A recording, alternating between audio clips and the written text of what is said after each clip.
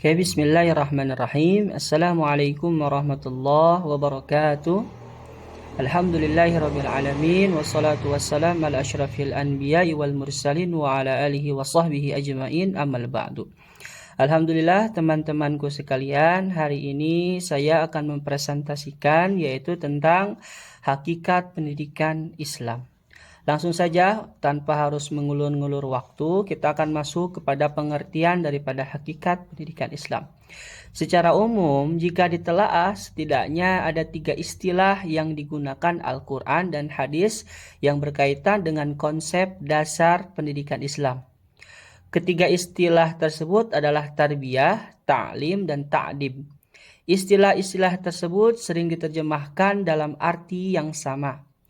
Selain diterjemahkan dalam arti pendidikan, terkadang juga diterjemahkan dalam arti pengajaran. Tetapi sebenarnya istilah-istilah tersebut memiliki kekhususan makna masing-masing. Nah, yang pertama yaitu kita masuk ke makna tarbiyah.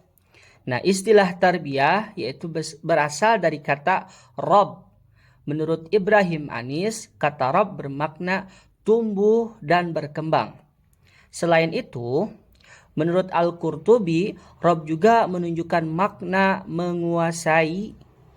Menurut Ar-Raghib Al-Asfahani, kata ar-rob bisa berarti mengantarkan sesuatu kepada kesempurnaan dengan bertahap atau membuat sesuatu untuk mencapai kesempurnaan secara bertahap. Nah, itu makna tarbiyah berasal dari kata rabba yarubbu, tarbiyatan. Nah, kemudian selanjutnya dengan demikian dalam konteks yang luas bahwa pengertian pendidikan Islam yang terkandung dalam kata tarbiyah terdiri atas 4 unsur pendekatan. Apa aja? Yang pertama yaitu memelihara dan menjaga fitrah anak didik menjelang dewasa. Artinya bahwa kita harus mampu untuk memelihara dan menjaga fitrahnya manusia, itu menjelang dewasa. Karena biasanya ketika manusia sudah menjelang dewasa, maka disitulah terjadi nantinya pergolakan diri yang mana nanti akan condong kepada kejelekan ataupun kepada kebaikan. Jadi seperti itu ya. Yang kedua itu mengembangkan seluruh potensi menuju kesempurnaan.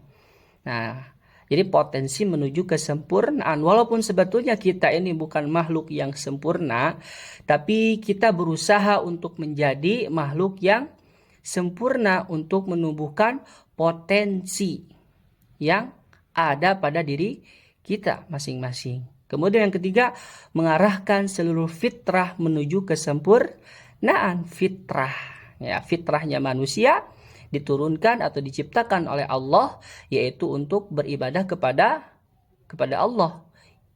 Intinya bahwa manusia diciptakan untuk beribadah dan untuk kembali juga kepada Allah Subhanahu wa taala. Maka setiap kegiatan dan setiap apa yang kita lakukan harus mengandung ibadah. Kemudian yang selanjutnya melaksanakan pendidikan secara bertahap. Nah, ini melaksanakan pendidikan secara bertahap sebagaimana yang sudah ditetapkan di dalam pemerintahan bahwa pendidikan secara bertahap itu mulai dari mungkin TK, PAUD, kemudian SD, SMP, SMA, SMK, dan lain sebagainya dan seterusnya. Itu merupakan salah satu pendidikan secara bertahap. Nah, kemudian kita langsung masuk kepada makna taklim. Istilah taklim berasal dari kata alima. Dalam lisanul Arabi, kata ini bisa memiliki beberapa arti seperti pengetahuan atau merasa dan memberi kabar kepadanya.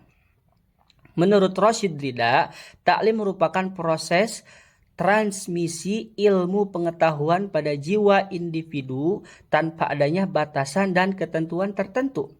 Pendapat tersebut yaitu berdasarkan ayat Al-Quran, yaitu surat Al-Baqarah ayat 31 yang artinya, dan dia mengajarkan kepada Adam nama-nama benda seluruhnya, kemudian mengemukakannya kepada para malaikat. Dan ayat Al-Quran surat Al-Baqarah tetap ayat 151 yang artinya sebagaimana kami telah menyempurnakan nikmat kami kepadamu, kami telah mengutus kepadamu Rasul di antara kamu yang membacakan ayat-ayat kami kepada kamu dan menyucikan kamu dan mengajarkan kepadamu Alkitab dan Al-Hikmah serta mengajarkan kepadamu apa yang belum kamu ketahui. Nah, pada ayat tersebut dijelaskan tentang aktivitas kependidikan yang dilakukan oleh Rasulullah Shallallahu Alaihi Wasallam, yang tidak hanya terbatas pada pengajaran tilawah Al-Quran, tetapi juga mengupayakan proses penyucian al-jism dan ruh, yaitu tazkiyatun nafs, yang artinya menyucikan diri. Tazkiyah, sehingga dengan kesucian diri itu manusia dapat memahami Alkitab dan Al-Hikmah serta meraih pengetahuan-pengetahuan lain yang belum mereka ketahui. Bukan hanya sekedar pandai membaca apa yang ditulis, apa yang tertulis, namun Rasulullah Shallallahu Alaihi Wasallam juga membuat umat Islam dapat membaca dengan renungan, pemahaman, pengertian, serta tanggung jawab dan amanah. Kemudian selanjutnya makna ta'dib. Nah, ini makna ta'dib. Dalam Mu'jam Al-Wasit karya Ibrahim Anis, kata adaba diartikan yang pertama melatihkan perilaku yang baik dan sopan santun. Nah, adaba yu'addibu ta'dib, adab yaitu melatih perilaku yang baik dan sopan santun. Yang kedua, mengadakan pesta atau perjamuan yang berarti perbuatan dan perilaku sopan, pelatihan atau pembiasaan. Karena adab yang baik itu memang harus dilatih dan dibiasakan. Kemudian yang ketiga, mendidik, melatih, memperbaiki, mendisiplinkan dan memberi tindakan. Luar biasa. Nah, kemudian kita masuk kepada pendidikan Islam dari berbagai pendapat. Menurut Yusuf Al-Qardawi, pendidikan Islam adalah pendidikan manusia seutuhnya, akal dan hatinya, dan rohani dan jasmaninya, akhlak dan keterampilannya, karena pendidikan Islam menyiapkan manusia untuk hidup baik dalam keadaan damai maupun perang, dan menyiapkannya untuk menghadapi masyarakat dengan segala kebaikan dan kejahatannya, manis dan pahitnya. Itu menurut Yusuf Al-Qardawi. Kemudian selanjutnya menurut Azra, dari pengertian ini terlihat perbedaan antara pendidikan umum dengan pendidikan Islam, yaitu memindahkan nilai-nilai yang berasal dari sumber-sumber nilai Islam, yaitu Al-Quran dan Sunnah dan ijtihad.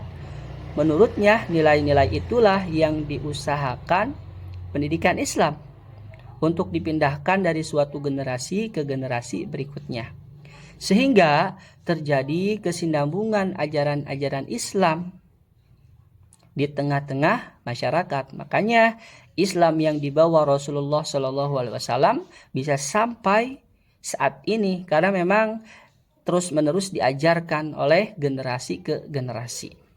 Kemudian yang ketiga, Ahmad Merimba merumuskan definisi pendidikan Islam sebagai bimbingan jasmani, rohani berdasarkan hukum-hukum agama Islam menuju kepada terbentuknya kepribadian utama menurut ukuran-ukuran Islam. Tujuan pendidikan Islam. Hakikatnya tujuan pendidikan agama Islam adalah menanamkan takwa dan akhlak serta menegakkan kebenaran dalam rangka membentuk manusia yang berpribadi dan berbudi luhur menurut ajaran Islam. Tujuan tersebut ditetapkan berdasarkan atas pengertian bahwa ajaran Islam dengan hikmah mengajarkan, melatih, mengasuh dan mengawasi berlakunya semua ajaran Islam. Tujuan pendidikan Islam didasarkan pada sistem nilai yang istimewa yang berasaskan pada Al-Quran dan Sunnah. yaitu keyakinan kepada Tuhan, kepatuhan, dan penyerahan kepada segala perintahnya sebagaimana dipraktekkan oleh Rasulullah SAW. Nah, pada intinya bahwa tujuan akhir daripada pendidikan agama Islam adalah mempersiapkan manusia yang abid dan menghamba dirinya kepada Allah Subhanahu wa ta'ala. Jadi sudah jelas ya bahwa tujuan daripada pendidikan Islam yaitu menjadikan manusia itu yang selalu menghambakan dirinya kepada Allah Subhanahu wa ta'ala, yang selalu mendekatkan diri kepada Allah Subhanahu wa ta'ala. Nah, kemudian kita masuk kepada fungsi pendidikan Islam. Fungsi pendidikan Islam adalah menyediakan segala fasilitas yang dapat memungkinkan tugas-tugas pendidikan Islam tercapai dan berjalan dengan lancar. Penyediaan fasilitas itu mengandung arti dan tujuan yang bersifat struktural dan institusional. Arti dan tujuan struktural adalah menuntut terwujudnya struktur organisasi pendidikan yang mengatur jalannya proses kependidikan, baik dilihat dari segi vertikal maupun dari segi horizontal.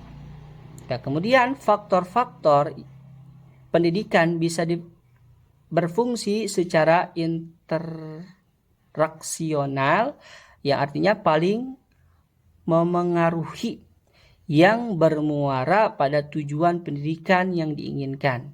Sebaliknya, arti tujuan institusional mengandung implikasi bahwa proses kependidikan yang terjadi di dalam struktur organisasi itu dilembagakan untuk menjamin proses pendidikan yang berjalan secara konsisten dan berkesinambungan, yang mengikuti kebutuhan dan perkembangan manusia dan cenderung ke arah tingkah kemampuan yang optimal. Nah, itu daripada fungsi pendidikan Islam.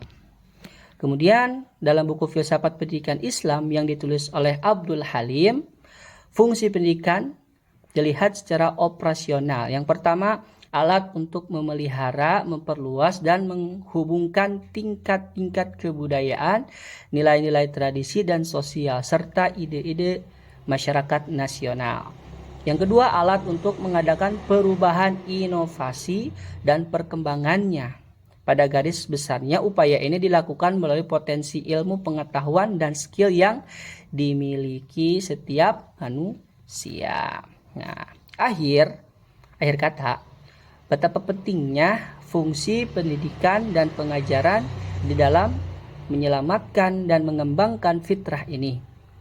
Di pihak lain, pendidikan dan pengajaran juga berfungsi untuk mengembangkan potensi-potensi atau kekuatan-kekuatan yang ada pada diri agar anak bisa menjadi manusia yang bermanfaat bagi dirinya maupun bagi orang lain sekitarnya, sesuai dengan kedudukannya sebagai hamba Allah, sebagai khalifah Allah di muka bumi ini. Jadi itu saja sedikit pemaparan yang bisa saya sampaikan. Semoga bermanfaat. Sekian dan terima kasih. Assalamualaikum warahmatullahi wabarakatuh.